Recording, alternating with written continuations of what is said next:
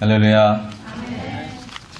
오늘도 귀한 찬양 들려주신 우리 성가대 감사하고, 오늘은 요한복음 강의 24번째 시간, 요한복음 강의 24번째 시간으로 파도와 함께 가라, 파도와 함께 가라.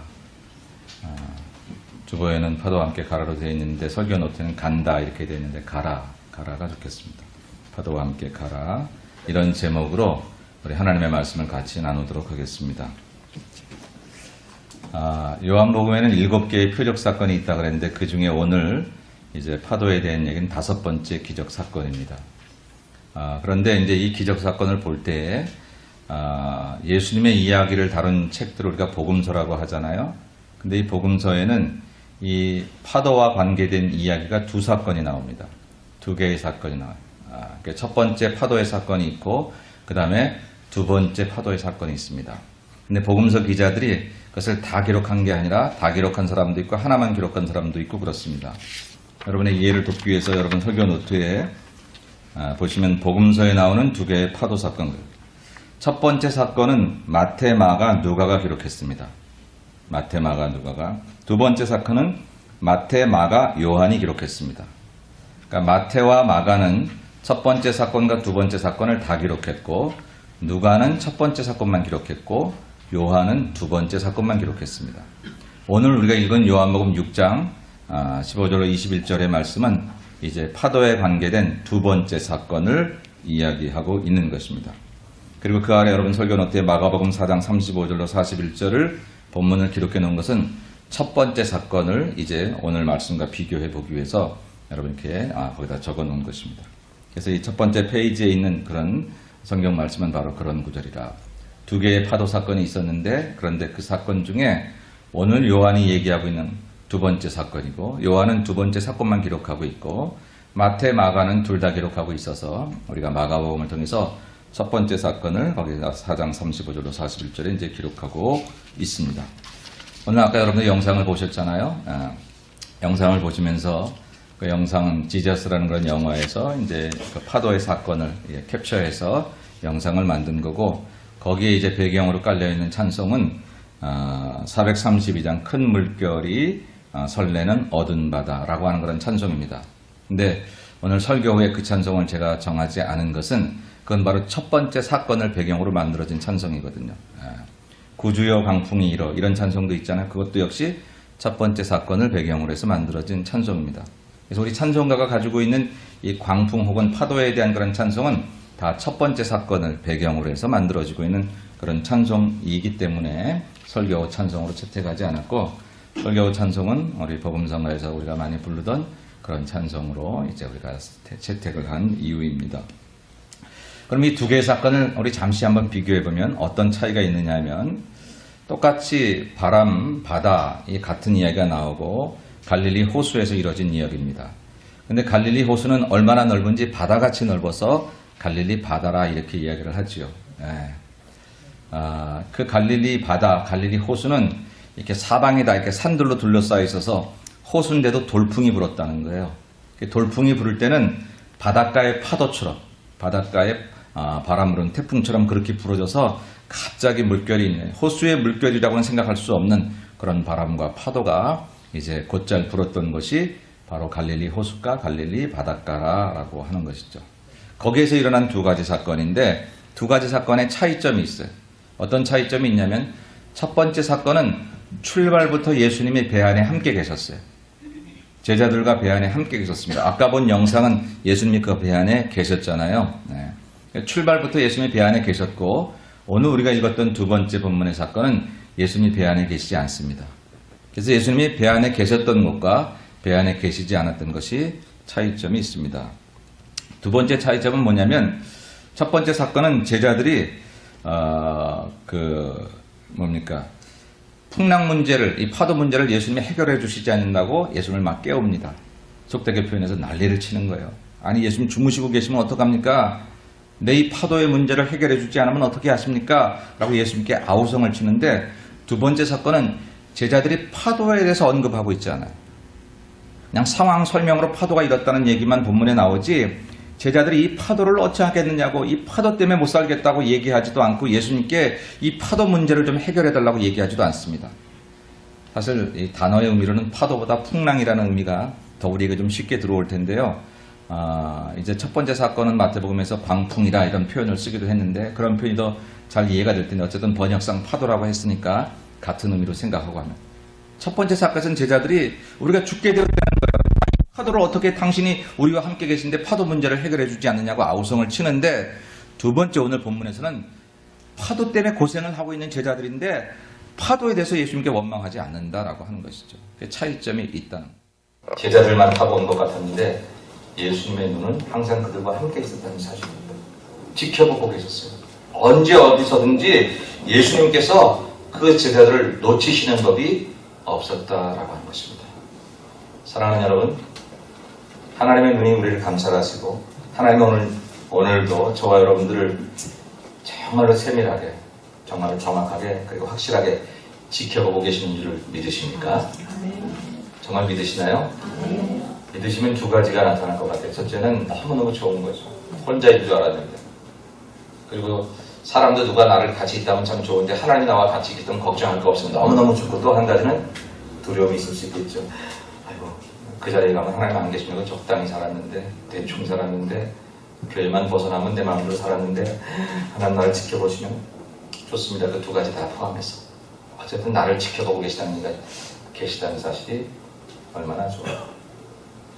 여러분 혹시 나를 지켜보는 눈동자가 있다는 그런 경험들을 가지고 계신 분이 계십니까? 사랑하는 부모님이 먼저 가셨지만 하늘에서 언제나 어머님은 나를 지켜보고 계실까요? 그런 돌아가신 어머니를 가지고 계신 분이 계십니까? 내가 정말 사랑하던 그 사람, 지금 나를 떠났지만 그 사람이 언제나 나를 지켜보고 있을 거야. 혹시 그런 눈을 가지고 계신 분들이 계십니까? 사람에게도 사람끼리 그런 눈이 있어도 좋겠구만, 하나님 우리를 정말 그렇게 지켜보고 계신다는 사실, 그 사실이 얼마나 놀랍고 감사한지. 제자들을 급히 떼어보내신 그런 예수님께서 기도하시러 가신다고 하셨는데 어쩌면 기도하시면서도 제자들을 놓지 않으셨을까? 대충대충 거칠게 키우는 것 같았는데 그러면서도 불구하고 세밀하게 그분의 그런 시야에서 제자들이 사라지지 않도록 그렇게 말씀하신, 그렇게 행하신 예수님의 모습이 얼마나 고마운지. 시편 121편을 보니까 나의 도움이 어디서 없고 너의 도움은 천지를 지으신 여호와께서 너를 지키시느니라. 그가 졸지도 주무시지도 아니하고 우리를 지키신다. 너의 출입을 지금부터 영원토록 지키신다 약속하셨습니다. 결단코 하나님의 시야에서 우리가 벗어나지도 못할 뿐더러 하나님께서 그렇게 하지 아니하시는 까닭은 극각 파도가, 극각 풍랑이 몸머려 피 흘려 그 피값으로 사신 저와 여러분들을 해치지 못하도록 주께서 보호하시는 줄로 믿습니다. 하나님의 저와 여러분들을 지키시는 이 귀하고 고마운 사실. 저는 지난번에 한번 말씀드린 적이 있지만 한국에 있는 저희 식구들이 지금도 저희 어머님이 이제 이번에 팔순, 작년에 이제 팔순에서 한번 여기 다녀가셨고 이제 교회 식구들하고 그 사랑을 나누고, 또 이제 저희 식구들, 제가 못 갔습니다만 저희 누님, 동생, 또 이제 저희 집사람이 가 있으니까, 그리고 어머님의 형제들, 그 3, 4대까지 다 해서 한 3, 40명이 이렇게 저녁 식사를 한다고 하더라고요. 이제 눈도 흐리시고, 정말 연약하신 그 어머니가 지금도 나를 위해서 기도하고, 우리 교회 홈페이지는 제일 먼저 보실 거예요. 제 설교 듣는다고.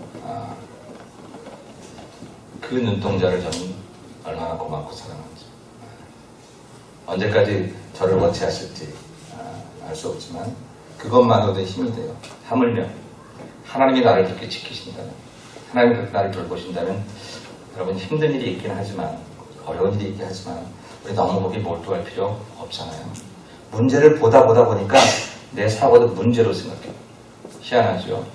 그렇게 문제적인 사고를 가진 사람은 모든 것들을 바로 보지 못합니다. 다 문제로 보이지. 하나님을 보십시다. 하나님, 지난 주간에 어떤 분께 그런 얘기를 들었어요. 자기가 지난날에 잘못 살아왔다고 얘기하면서 잘못된 것들, 그것 때문에 너무 그것에 몰두해 있다 보니까 하나님의 은혜를 자기가 잊어버린지도 몰랐다는 거예요. 문제는 내가 하나님의 은혜를 잊어버렸음이지 문제가 아니었다는 사실을. 이제는 하나님의 은혜를 회복하고 싶다고 그런 얘기를 들었어요. 그렇습니다, 여러분. 너무 파도를 보지 마시고요. 우리가 이 바다 어느 곳에 있어도 어느 구석에서 넘어져 있어도 결코 우리를 그냥 보내지 않으시고 우리를 세우시고 이렇게 세워주시고 우리 하나님 그분의 눈동자가 저와 여러분을 향해 있는 것을 기억하시고 그 눈동자에 힘입고 그 도우심에 힘입어 우리 험한 파도인 이 세상을 살아가는 여러분이 되시기를 주의 이름 축복합니다. 세 번째 교훈은 뭐냐면요. 파도와 함께 갔다는 거예요. 오늘 제가 얘기하고 싶은 가장 핵심적인 얘기입니다. 제자들이 파도를 정리하고 간 게 아니라 파도와 함께 갔다는 것입니다. 오늘 18절 19절의 말씀을 같이 봅니다. 큰 바람이 불어 파도가 일어나더라. 제자들이 노를 저어 10여리쯤 가다가 예수께서 바다 위로 걸어 배에 가까이 오심을 보고 두려워하거늘. 아멘. 큰 바람이 불어 파도가 일어났는데 왜 이 파도가 우리에게 일어났냐고 주님은 어디 계시냐고 제자들이 투정 부리지도 않았고 헤매지도 않았고 이 파도 문제를 어떻게 해결해야 되냐는 노력이 전혀 나오지 않고 있습니다. 다른 복음서에서도 마찬가지입니다. 물론 첫 번째 사건에서는 파도 문제를 해결하려고 아우성들을 쳤어요. 근데 오늘 노를 저어 10여리쯤 갔다는 거예요. 파도를 헤치고 파도와 함께. 파도가 있으면 못 간다고 부르셨던 그 제자들이 이제는 그 파도 속을 걸어갑니다. 파도와 함께 갔습니다. 10여리라고 하면 10여리가 10리면 4km잖아요. 예, 파도가 치면 단 10m, 20m도 나가는 게 힘든 건데 4km를 간 거예요. 파도와 함께 간 거예요. 그러면서도 파도 때문에 좌절하지도 않고 낙심하지도 않았고 불평하지도 않고. 사랑하는 여러분, 파도와 함께 가는 것이 사실은 성도의 삶입니다. 저와 여러분의 인생에 우리 문제가 해결돼야 하나님은 하나님이고 그게 아니라 내 인생의 문제가 내가 원하는 방법대로 해결되지 않아도 나는 그 속에서 여전히 하나님을 고백하고 살아가는 것이 성도의 삶인 줄로 믿습니다. 왜냐하면 바로 그때 믿음이 활용되기 때문이죠. 파도를 없애려고 하는 것도 물론 있을 수 있어요. 그죠? 예수님께서 우리 문제를 해결해 주고 오셨고 저도 우리 성도를 지키고 하나님 그 사람 아프잖아요. 이제 안 아프게 해주세요. 그 사람 어렵잖아요. 이제 좀 축복을 주세요. 뭐 그렇게 기도합니다. 근데 그것만이 다는 아니죠. 그것만이 다는 아니고 그 파도와 맞서서 그 파도와 함께 그 길을 걸어가게 하옵소서라고 기도하게 됩니다. 왜냐하면 그 파도가 하는 역할을 알기 때문입니다. 파도 때문에 노젓는 기술이 개발되지요. 파도 때문에 더 빨리 나아갈 수도 있게 됩니다. 파도 때문에 평상시에 잔잔한 바다의 아름다움도 고마움도 알게 되죠. 그 파도와 함께 가면서 전에 파도가 없을 때 볼 수 없었던 새로운 일들을 우리는 보게 된다는 거죠. 한국에 이병옥 장로라고 하신 분이 계신데 그분이 암 전문이에요. 교회 장로님이시고 그분이 쓴 책, 그런 암에 대해서 쓰고 근데 이제 사람들이 암에 걸리면 제일 먼저 나타나는 게 원망이라는 거죠. 원망합니다. 왜 나야? 왜 나야? 왜 나야? 원망하고 그리고 그 이유를 여러 가지 되고 스트레스를 받고 암과 싸운답니다. 근데 이분은 그렇게 하지 말아요. 그래서는 못 이긴다. 암과 함께 살라고 그러죠. 이렇게 표현합니다. 내 삶이라는 그런 내 집에 암이 들어왔어. 어쩌자고 네가 내 집에 들어왔니? 그래. 내가 여기 방 한 칸, 위에다가 간에다가 방 한 칸 내려줄게. 그냥 거기서 함께 살자. 그 이상 크지도 말고 그 이상 자라지도 말고 내가 너를 없애려고 하지도 않을 테니까 그냥 나랑 함께 살자. 내 인생의 길이가 얼마인지 모르지만 사는 날 동안 아마 나를 더 많이 괴롭히지만 말고 나랑 함께 살자.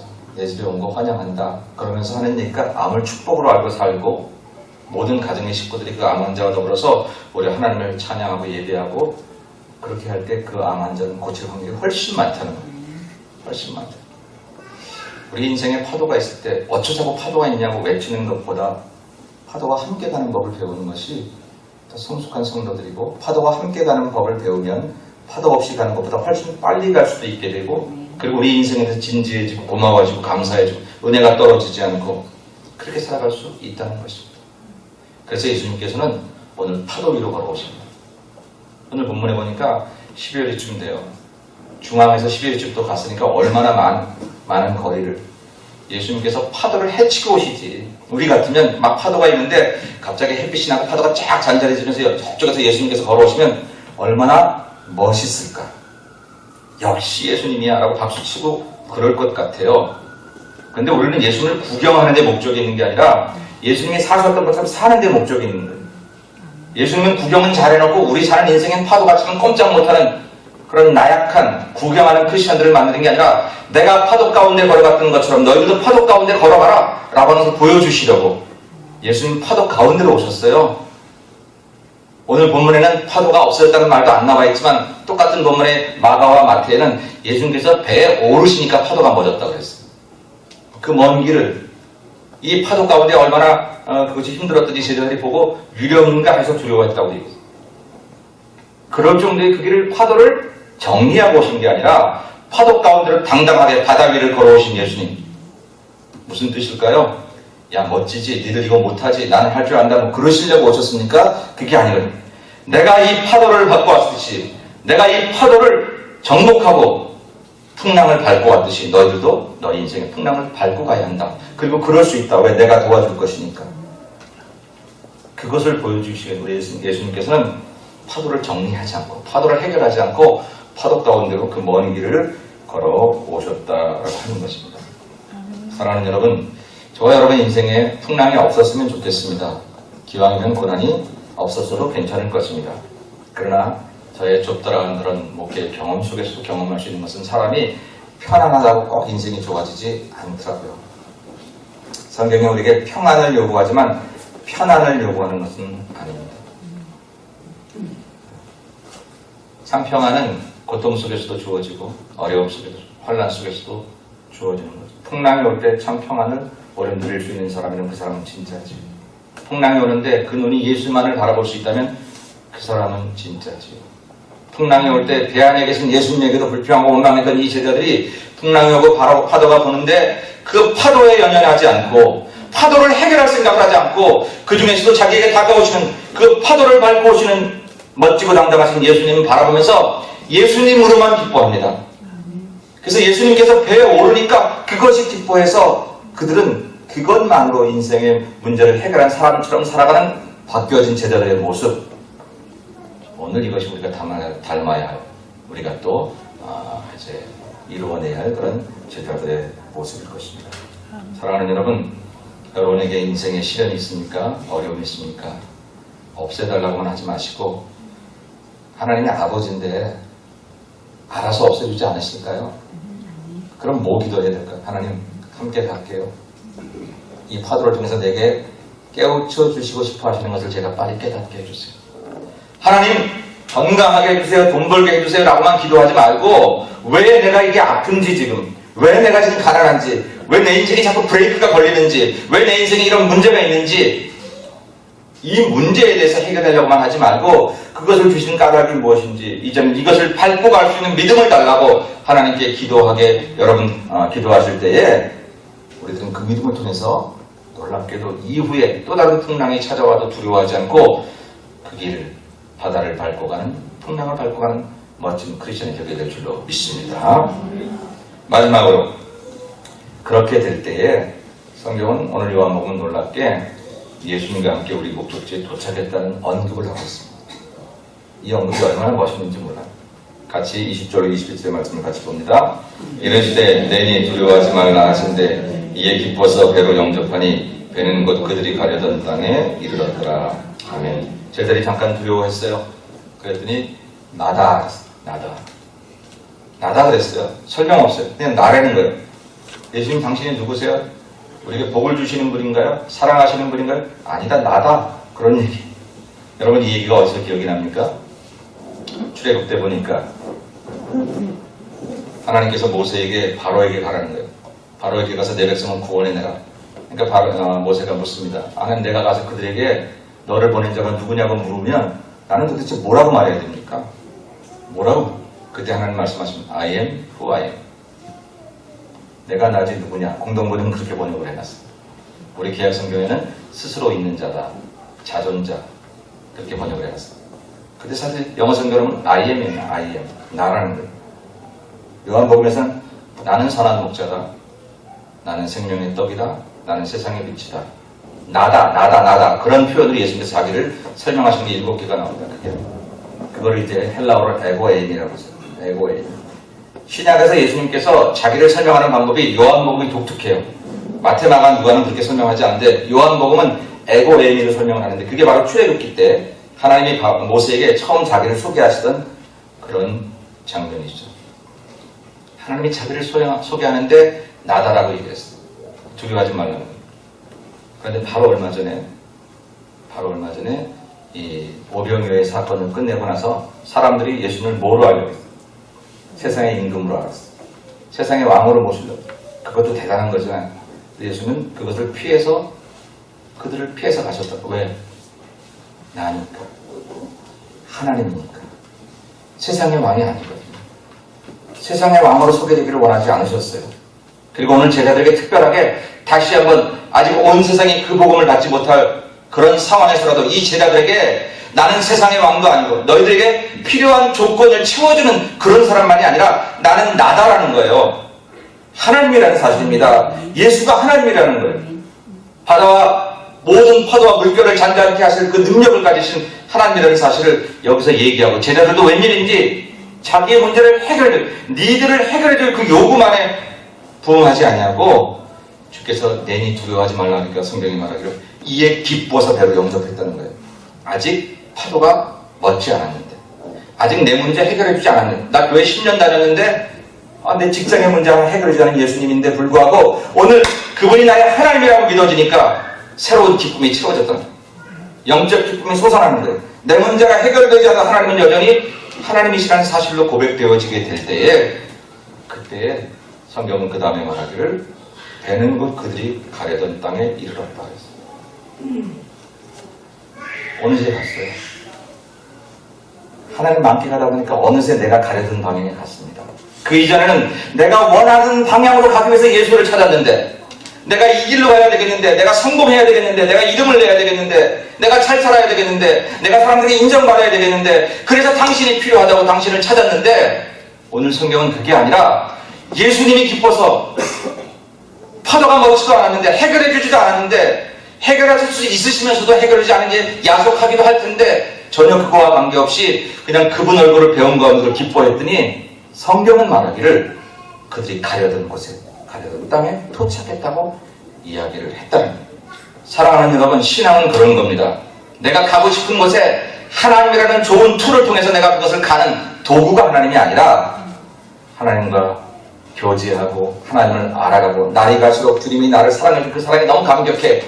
문제는 아직 더더욱 덕지덕지에게 붙었는데 그 하나님이 어쩜 이 문제도 해결해주지 않고 나를 이렇게 사랑만 한다고 하시지? 라는 생각이 들어가도 이제는 그것 때문에 내 인생이 바다가 되지 않고 여전히 하나님 사랑 하나만으로 충분하다고 생각하고 해결되지 않은 채로 가다 보니까 어느새 해결됐는지 언제 풀어졌는지 언제 그 문제가 도망갔는지 나도 모를 정도로 가려던 땅에 도착했다.